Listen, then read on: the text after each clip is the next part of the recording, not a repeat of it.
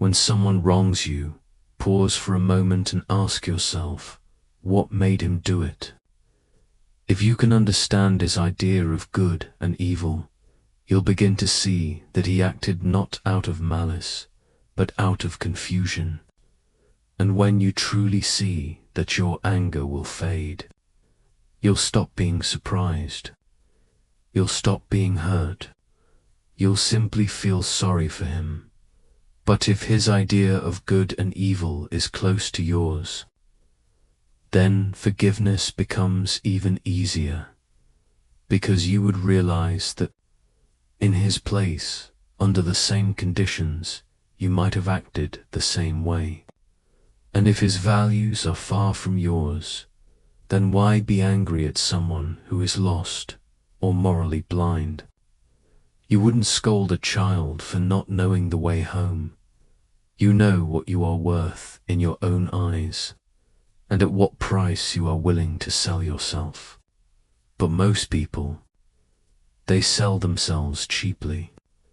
Some trade their integrity for applause, others for comfort, others for survival. When Florus was debating whether he should appear in Nero's shows, to entertain the crowd and secure favor, Agrippina said to him, "Go ahead. If it feels right to you," Florus asked, "then why don't you appear yourself?" Agrippinus answered, "Because I don't even consider it." That's the difference. Once you start weighing your integrity against gain, you've already lost half of it. The moment you measure external things, you forget who you are. If something outside of you causes distress, remember this: the pain is not from the thing itself, it's from the judgment you place upon it. And this judgment, this mental label, you can revoke at any moment. The first and most vital task in philosophy is simple: to live by its principles. Do not lie. Do not act unjustly. Do not envy. Next comes the reasoning why you shouldn't lie. And then comes the third, the intellectual work. How do we prove it? What is truth? What is logic? But most of us live upside down. We obsess over logic and arguments while skipping the first and most important part, actually living by what we already know. That's why we lie easily, yet can lecture for hours about why lying is wrong. Remember, you are not eternal. You are a part of the whole, as an hour is part of a day. You came into existence like an hour arrives, and you will pass away like an hour fades. So live as though you are at a great banquet. When something is brought to you, reach out and take it with gratitude. If it passes you by, do not chase it. If it hasn't come yet, do not strain your desire toward it. Do this with your relationships, your career, your possessions, and you will dine among the gods. And if you can go even further, refusing even the dishes offered to you, then you will not just dine with the gods, you will share in their peace. All that we love is on loan from fortune. None of it truly belongs to us. At any moment, without warning, fortune may reclaim what she lent. So love deeply but gently. Hold the people you cherish, but hold them knowing you may not hold them for long. Never boast about being a philosopher. Don't talk endlessly about stoicism or virtue. Simply live it. At the dinner table, don't preach how people ought to eat. Just eat as you ought. That's what Socrates did. When people asked to be recommended to philosophers, he didn't boast or advertise himself. He simply lived so well that others were drawn to his way of being. If someone mocks you or says, "You know nothing," and you feel no anger, that's when your work has truly begun. For the wise do not vomit up their lessons to show how much they've learned.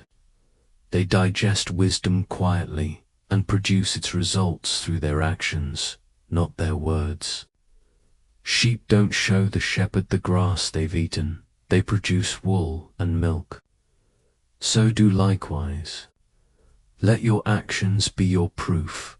Philosophy is not a performance. It's not a hobby for idle minds or an art of clever speech. It's a way of life. It shapes your character, orders your thoughts, and guides your actions. It teaches you what to pursue, what to avoid, what to let go of, and what to endure.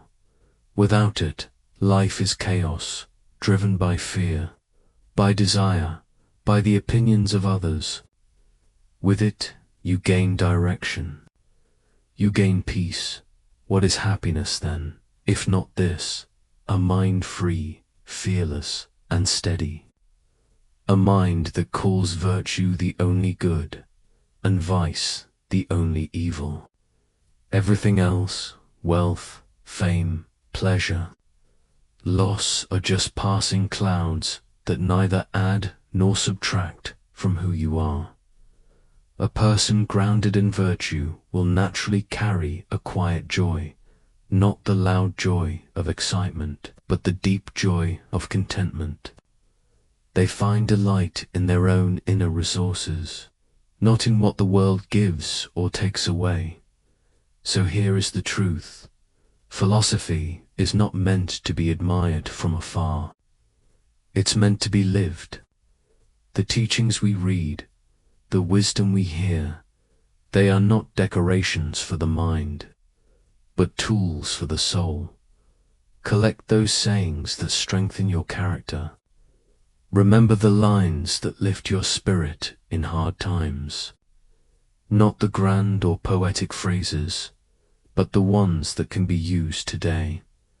Learn them so deeply that they become part of you, so that your words become actions, and your actions become your character. No one fails humanity more than the man who studies philosophy as a trade, but lives as a hypocrite in the end.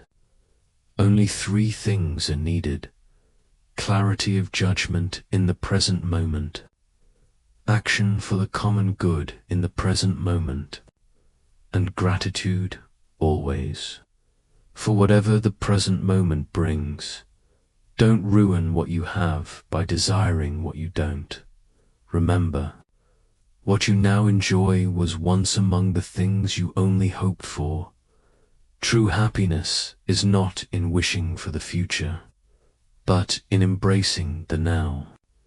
Not in chasing what might be, but in resting with what is. For the one who is content with what they have wants nothing. The greatest blessings of mankind are not found in gold, fame, or power. They live within us, always within our reach. A wise man is content with his lot, whatever it may be. He doesn't waste time wishing for what he doesn't have. He simply lives this brief life in harmony with nature, and when the time comes to leave it, he goes gracefully, like a ripened olive falling from the branch, grateful to the earth that nourished it, and thankful to the tree that gave it growth. Wealth is not measured by what we possess, but by how little we desire. Gratitude, that's the true measure of abundance. It's not just the greatest of virtues. It's the parent of them all. It is not the man who has too little who is poor, but the man who craves more. If you've known joy even once, then when life takes something from you, your duty is not to complain, but to give thanks for what you were given. Life is like a banquet. When something is brought to you, take it with moderation. If it passes by, do not grasp for it. If it hasn't reached you yet, don't strain your desire toward it. Do this with everything: your children, your partner, your reputation, your wealth. Live this way, and you will dine among the gods.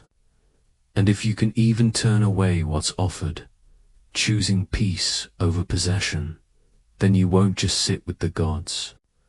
You'll share in their rule. He is a wise man who does not grieve for what he lacks, but rejoices in what he has. Think of yourself as already dead. You have lived your life now. Take what remains and live it well. Gratitude, remember, is not just a duty to others, it's nourishment for your own soul. It gives back more than it gives away. Every act of gratitude benefits the giver as much as the receiver, not because it promises repayment, not because kindness will circle back, but because virtue is its own reward. The joy of doing good is in the doing itself. The payment for gratitude is to have been grateful. Be thankful, not because it profits you, but because it pleases you, because it is a beautiful thing to do. Cultivate the habit of gratitude for every good thing that comes your way, and because everything contributes to your growth. Include everything in your gratitude, even hardship, even loss. The desire for imagined blessings often blinds us to the blessings we already have. So when you wake in the morning, think of what a privilege it is to be alive, to breathe, to think, to enjoy, to love. Your task in life is simple: to separate what's within your control from what isn't. To say clearly, these things I can control: my thoughts, my actions, my choices, and these wealth, reputation, the opinions of others, I cannot. That's where good and evil live, not outside, but within your own choices. When you can no longer change your situation, you are challenged to change yourself. You have power over your mind, not outside events. Realize this, and you will find strength. Everything can be taken from a man except one thing: the freedom to choose his attitude. In any given circumstance, that is the last of the human freedoms, to choose one's own way. There is only one path to happiness: to stop worrying about things beyond your control. Some things are ours: our judgment, our purpose, our will. Others are not: our body, our wealth, our reputation, our status. True wisdom lies in knowing the difference. The most divine thing within us is the proper use of our mind, the ability to interpret what happens rightly. That alone is in our control. So concern yourself only with what is yours to command. Entrust the rest to the universe. If you want your loved ones to live forever, you are asking for what is not yours to give. If you want all things to go your way, you are asking for what is not in your power. No person has the power to have everything they desire, but everyone has the power to desire only what they already have, and to use it well. Character is a choice. Day by day, thought by thought, action by action, you build yourself. There are only two things you should never be angry at: what you can change, and what you cannot do the best with what's in your power, and let the rest unfold as it will. Among the things fully under your control are your goals. A Stoic doesn't aim to win every game, he aims to play well. Take the example of a tennis match. Winning or losing is not fully within your control, but playing your best always is. So let your goal be internal, not I must win, but I must give my best. If you lose, your peace remains untouched, because your goal was never the trophy, it was your effort. The same rule applies to life. You can't control whether your partner loves you, but you can control whether you love well. You can't control your boss's opinion, but you can control how diligently you work. When you make your goals internal, you take back your peace from the chaos of the world. You free yourself from disappointment, because success is now within your grasp every single day. That is the secret of Stoic tranquility. Not to rule the world, but to rule yourself.